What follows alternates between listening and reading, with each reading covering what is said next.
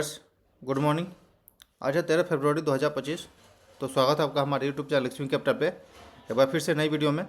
तो हम इस वीडियो में इंट्राडे के लिए कुछ स्टॉक सेलेक्ट किए हैं जिस पे हम डिस्कस करेंगे, क्या पैटर्न बन रही है उस पर बातें करेंगे, कैसे हम ट्रेड करेंगे, क्या प्लान रहेगी आज के दिन पे, हम इस वीडियो में ये सब चीज़ें बातें करेंगे। तो सबसे पहले डिस्क्लेमर देते हैं, जो भी चार्ट पैटर्न यहाँ हम शेयर करते हैं वो बस एजुकेशनल पर्पज़ से होता है, तो कृपया इसे एजुकेशनल पर्पज़ से ही ले, कोई बाइंग सेलिंग रिकमेंडेशन ना समझे। तो ट्रेडर्स, हम लोग अभी निफ्टी का डेली टाइम फ्रेम पे चार्ट देख रहे हैं। तो बैक टू बैक फॉलिंग आ रही थी और एक अच्छा खासा फॉलिंग कल के दिन पे भी था, बट लोअर लेवल से इसमें एक सपोर्ट क्रिएट करके और एक पैनिक बाइंग आई है, जो कि दिख रहा है यहाँ पे कि एक लॉन्ग टेल कैंडल बना हुआ है। तो आई थिंक कि यदि अगर नीचे आती है तो एक बाइंग वापस जनरेट होना चाहिए, क्योंकि अगर लोअर टाइम फ्रेम पे देखा जाए तो एक बाइंग जनरेट हुआ था। अगर हम 15 मिनट टाइम फ्रेम पे चले तो जैसा आप देखेंगे कि शुरू में ही मॉर्निंग सेशन में ही सेलिंग स्टार्ट हुआ था, बट लगभग 10 बजे के बाद से ये कैंडल बना और अपसाइड की ओर बाइंग आ गई। तो आज के दिन पे हमारे लिए भी दो इम्पोर्टेंट लेवल रहेगा। अगर हम 23,120 के ऊपर निकलना शुरू करते हैं तो अपसाइड जाएंगे, और यदि हम 22,970-80 के लेवल को ब्रेक करते हैं तो आई थिंक कि वापस से हम इसे एक बार रीटेस्ट कर सकते हैं 22,820 के लेवल को। तो ट्रेड्स मार्केट खुलने पर ही हम देखेंगे गैप अप खुलता है या फिर गैप डाउन खुलता है। अगर मान लीजिए गैप अप खुल जाती है तो फिर हमारे लिए अगला रेजिस्टेंस का काम करेगा 23,400 के लेवल का। 23,400 का लेवल जो है हमारे लिए एक स्ट्रॉन्ग काम करेगा, क्योंकि यहीं से आप देखेंगे तो एक स्ट्रॉन्ग रेड कैंडल बना था, वापस एक बार अपसाइड जाने का कोशिश किया बट सेलर एक्टिव हो गया। देन एक बार हम लोग और रीटेस्ट किए बट सेलर एक्टिव होकर मार्केट को अच्छा खासा नीचे लेकर आ गया। तो ट्रेडर्स, इस तरह सा चलेगा मार्केट आज। अगर डाउन साइड की ओर गैप डाउन खुल जाता है तो हम लोग बाइंग के लिए सोचेंगे 22,800 के आसपास, या फिर इधर कहीं अगर सपोर्ट लेता है 22,970-980 के आसपास तो फिर भी हम बाइंग करने का सोचेंगे एक बार, क्योंकि एक स्ट्रॉन्ग रिजेक्शन दिखा है लोअर लेवल से, जो कि भी शेप रिकवरी जैसा दिख रहा है। ये रहा बैंक निफ्टी का, और बैंक निफ्टी का चार्ट अभी हम लोग देख रहे हैं। तो बैंक निफ्टी का चार्ट में तो उतना कोई प्रॉपर निगेटिव नहीं दिख रहा, क्योंकि जो पहले के वीडियो में हमने बात किया था कि ये सपोर्ट का काम कर सकता है, तो वापस यही लेवल से अभी सपोर्ट लेकर के अप साइड की ओर आ गया स्टॉक मार्केट जो बैंक निफ्टी था। तो आई थिंक कि सिंपल आज चार्ट पैटर्न बना दिया है, ये हमारे लिए रेजिस्टेंस का काम करेगा और ये सपोर्ट का काम करेगा। अगर हम इसे ब्रेक करते हैं तो अप साइड की ओर जा सकते हैं, और इसे ब्रेक करिए तो शॉर्ट साइड जा सकते हैं। सिंपल सा हो चुका है, सेम ये सब में भी है। तो ट्रेडर्स, चलिए अपने चार्ट पैटर्न पे आते हैं। जो हम इंट्राडे में कुछ स्टॉक सिलेक्ट किए थे उस पे आते हैं। कोई भाई साहब कमेंट करके पूछ रहे थे कि टेक महिंद्रा शॉर्ट क्यों किए। तो आप देखेंगे कि प्रीवियस डे पे भी एक बियरिश इनगल्फिंग दिख रहा है आपको, सिंपल। और अगर डेली टाइम फ्रेम से हम एनालिसिस करें, जैसे हम करते क्या है, मल्टी टाइम फ्रेम बिल्कुल नहीं देखते हम कि डेली पे क्या बन रहा है, आवरली पे क्या बन रहा है, 4 आवर पे क्या बन रहा है। हम केवल 15 मिनट टाइम फ्रेम देखते हैं, 15 मिनट टाइम फ्रेम ही। क्योंकि यदि आप मेरे जनवरी से पहले के सब्सक्राइबर होंगे तो आपको पता होगा कि कैसे हम फंस चुके थे कि हम जब मल्टी टाइम फ्रेम पे हम एनालिसिस करते थे, यानी weekly time frame, monthly time frame, ये सब चीज़ हम देख करके तब ट्रेड करते थे, तो उसमें ज़्यादा हमें कन्फ्यूजन होता था, ज़्यादा प्रॉब्लम होती थी और वहाँ पे ज़्यादा मेरा स्टॉप लॉस हिट होता था। बट अगर हम खुद को कंपैरिजन किए पिछले साल से कि हम जब 15 मिनट टाइम फ्रेम को ही हम केवल ट्रेड करते थे, तो उस वक्त का परफॉर्मेंस बहुत अच्छा रहा है मेरा। तो इसीलिए हम वापस से केवल 15 मिनट टाइम फ्रेम ही देखना पसंद करते हैं, क्योंकि 15 मिनट टाइम फ्रेम ही ज़्यादा हमारे लिए रिलेवेंट लगता है। इंट्राडे में अगर ट्रेड करना है तो 15 मिनट टाइम फ्रेम ही ज़्यादा सही लगता है। आप सिंपल देखिए, यहाँ से हमने एक ट्रेंड लाइन क्रिएट किया, ठीक है।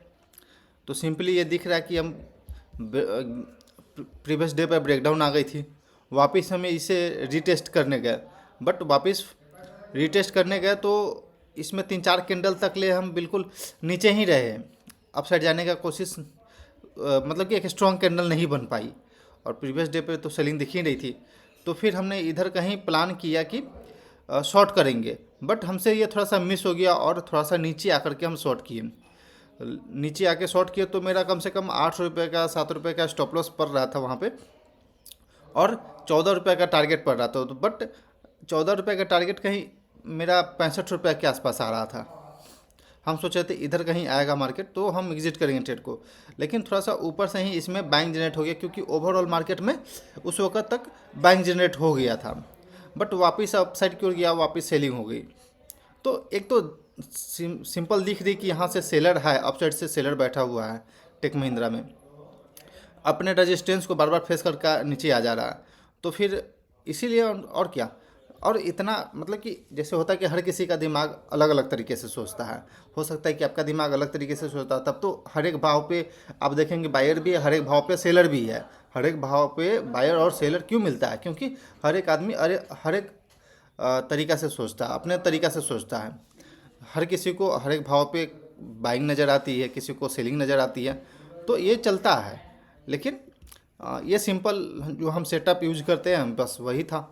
और यहाँ पे अगर हम देखें रेजिस्टेंस अगर लाइन बनाते हैं तो यहाँ से एक बार रेजिस्टेंस फेस किया, वापस रेजिस्टेंस फेस किया, और स्टॉक नीचे आ गया। अगर हम पहले भी देखें तो पहले भी देख सकते हैं आप, यहाँ पे अपसाइड को जाने का कोशिश किया, यहाँ से ये सपोर्ट क्रिएट करने का कोशिश किया, बट वापस फॉल हो गई। तो ये सब चीज़ था, लेकिन चलिए कोई बात नहीं, ये आज के दिन पे भी हमारे लिए एक सेटअप ही रहेगा। अगर हम लोग वापस से इसके नीचे प्रीवियस डे लो के नीचे हम ट्रेड करना शुरू करेंगे तो फर्स्ट 15 मिनट के कैंडल का हाई स्टॉप लॉस रहेगा 9:45 के बाद ही हम ट्रेड में इंटर करने का प्लान करेंगे। सिंपल सा लॉजिक, ट्रेड्स ज़्यादा कॉम्प्लिकेटेड करने की कोशिश नहीं करेंगे। हम हर बार बोलते हैं कि इंट्राडे में जितना आप ज़्यादा सिंपल रखेंगे इंट्राडे को, उतना अच्छा आप परफॉर्म कर पाएंगे। क्योंकि प्रीवियस आप मेरे पुराने सब्सक्राइबर होंगे तो आपको पता होगा कि कैसे हम बहुत सारी चीज़ में फंस चुके थे, जिस वजह से हमने फिर वापस इस चीज़ को क्लियर किया कि नहीं, जितना ज़्यादा आप सिंपल रखेंगे उतना अच्छा परफॉर्म कर पाएंगे। ये इन्फी का चार्ट दिख रहा है, जैसा टेक महिंद्रा में चार्ट दिख रही थी, जो भी आईटी सेक्टर का जो स्टॉक है उसमें सेम चार्ट पैटर्न बन रहा है। तो ये इन्फोसिस का चार्ट आप देख रहे हैं, सिंपली ब्रेकडाउन आ चुका है कल के दिन पे, वापस हम लोग कंसोलिडेट कर रहे थे इस रेंज में। तो आज के दिन पे अगर सेलर एक्टिव होता है और 1855 के नीचे हम लोग आते हैं, और फर्स्ट 15 मिनट के कैंडल का अगर हाई स्टॉप लॉस बनता है तो बिल्कुल स्मॉल स्टॉप लॉस के साथ ही हम प्लान करेंगे। देखिए ट्रेडिंग होता क्या है, दो प्रकार का होता है। एक जो होता है कि जो सेटअप है वो लो प्रोबेबिलिटी हो पर हाई रिस्क रिवार्ड हो, और एक होता है कि हाई प्रोबेबिलिटी होता है लो रिस्क रिवार्ड होता है। तो जनरली हमें सिलेक्ट करना चाहिए लो probability high risk reward. High risk reward हमारे लिए इंपॉर्टेंट होता है। रिस्क रिवार्ड अगर 1:2 में आप 50% भी आप 40% भी आप कैप्चर कर लेते ट्रेड को, तो 40% ट्रेड आपका सक्सेसफुल ही रहता है, फिर भी आप प्रॉफिटेबल रहेंगे। लेकिन लो रिस्क रिवार्ड में होता है क्या कि अगर आप मान लीजिए 50, 60, 70%, तो आप 70% ट्रेडिंग में तो ये हो नहीं सकता है कि 70% आप बिल्कुल सक्सेसफुल रहे। नहीं, ऐसा नहीं हो सकता है। जो भी बोलते हैं वो गलत बोलते हैं कि 60%, 70, 90, वो तो 90% का दावा लेके चलते हैं कि हम 90% ट्रेड जो है मेरा सक्सेसफुल जाता है, लेकिन ऐसा होता नहीं है। खैर कोई बात नहीं, हम चलिए हम अपना जो स्टॉक है उसे सिलेक्ट कर लेते, एक बार एनालिसिस कर लेते टेक्निकल जो है। तो ये अडानी पोर्ट का चार्ट हम लोग देख रहे हैं, सिंपल ये एक रेजिस्टेंस फेस कर रहा है अपने हाई से, और वापस हम एक नीचे के लेवल से ट्रेंड लाइन बनाए तो सिंपल यहाँ से दिखेगा कि आपको यहाँ पे सपोर्ट क्रिएट करते जा रहा है। यहाँ से क्यों? क्योंकि यहीं से एक बार हम लोग पैनिक सेलिंग हुआ था, वापस ऊपर जाने का कोशिश की है, बट यहाँ से एक बार कंसोलिडेशन रेंज बनाया और अपसाइड की ओर गया। देन यहीं पे हम वापस रीटेस्ट किए, वापस एक रैली दिया। तो आई थिंक कि अगर इसे ब्रेकआउट देता है तो हम मान सकते हैं कि अपसाइड की ओर आ सकता है। एसीसी का ये चार्ट हम लोग देख रहे हैं, अगला एसीसी का सिंपल चार्ट पैटर्न बन रहा है। अगर हम यहाँ से एक लाइन ट्रेंड लाइन बनाते हैं तो आपको दिखेगा कि ये अपने ट्रेंड लाइन का रेजिस्टेंस फेस करके back to back downside की ओर आ रही है। और अगर हम लोअर लेवल से बनाएं एक ट्रेंड लाइन तो सिंपल ये चीज़ बन रहा है। अगर आज के दिन पे हम लोग ब्रेकडाउन देते हैं और रीटेस्ट करते हैं, पुल बैक आता है, तो पुल बैक पे हम शॉर्ट साइड का प्लान करेंगे अगर मार्केट बिल्कुल वीक होता है। तो अगर मार्केट गैप अप खुल जाता है तो फिर हम बाइंग साइड का ही सोचेंगे। अगर गैप अप पे सस्टेन कर जाता है 15 मिनट 20 मिनट तो ट्रेडर्स, तो इस तरह से प्लानिंग रहेगी। मुथूट फाइनेंस ये हम लोग देख रहे हैं अभी। सिंपल यहाँ से हम एक ट्रेन लाइन बनाते हैं अपने स्विंग हाई से, तो ये चीज़ बन रहा है स्विंग हाई से बनाने पर। और लोअर लेवल से अगर हम ट्रेन लाइन बनाएं तो आप सिंपल यहाँ से बनाते देखिए। ओके, मुथूट फाइनेंस से ये चार्ट है जो कि इस तरह का चार्ट पैटर्न बना रहा है।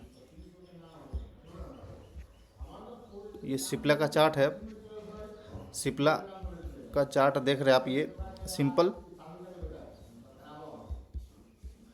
ओके ट्रेडर्स, ये सिप्ला का चार्ट आप देख रहे हैं, तो सिप्ला सिंपल ये चार्ट पैटर्न बना रहा है और लोअर लेवल से यहाँ से एक बाइंग जनरेट हुआ था जो कि एक अपसाइड की ओर दिखा रहा है कि अपसाइड की ओर आ सकता है। क्योंकि जब अपसाइड आ रहा वापस लो ब्रेक नहीं कर रहा है, प्रीवियस लो को ब्रेक नहीं कर रहा, तो ये कंसोलिडेशन फेज में फंसा हुआ है।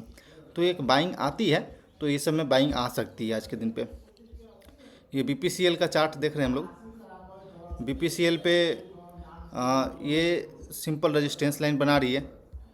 सिंपल रेजिस्टेंस लाइन बनाने के बाद यहाँ से हम लोअर लेवल से एक ट्रेंड लाइन बनाते हैं, तो ये चीज़ दिख रहा है आपको। ओके, अगर हम लोग ब्रेकडाउन देते हैं तो सिंपल डाउन साइड जाने का हाई चांस रहेगा ट्रेड्स। ये 3-4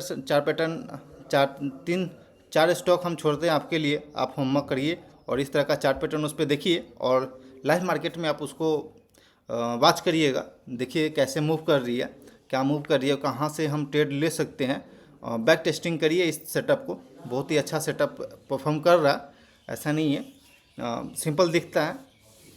okay traders, thanks for watching this video. Please like and subscribe my YouTube channel for more updates.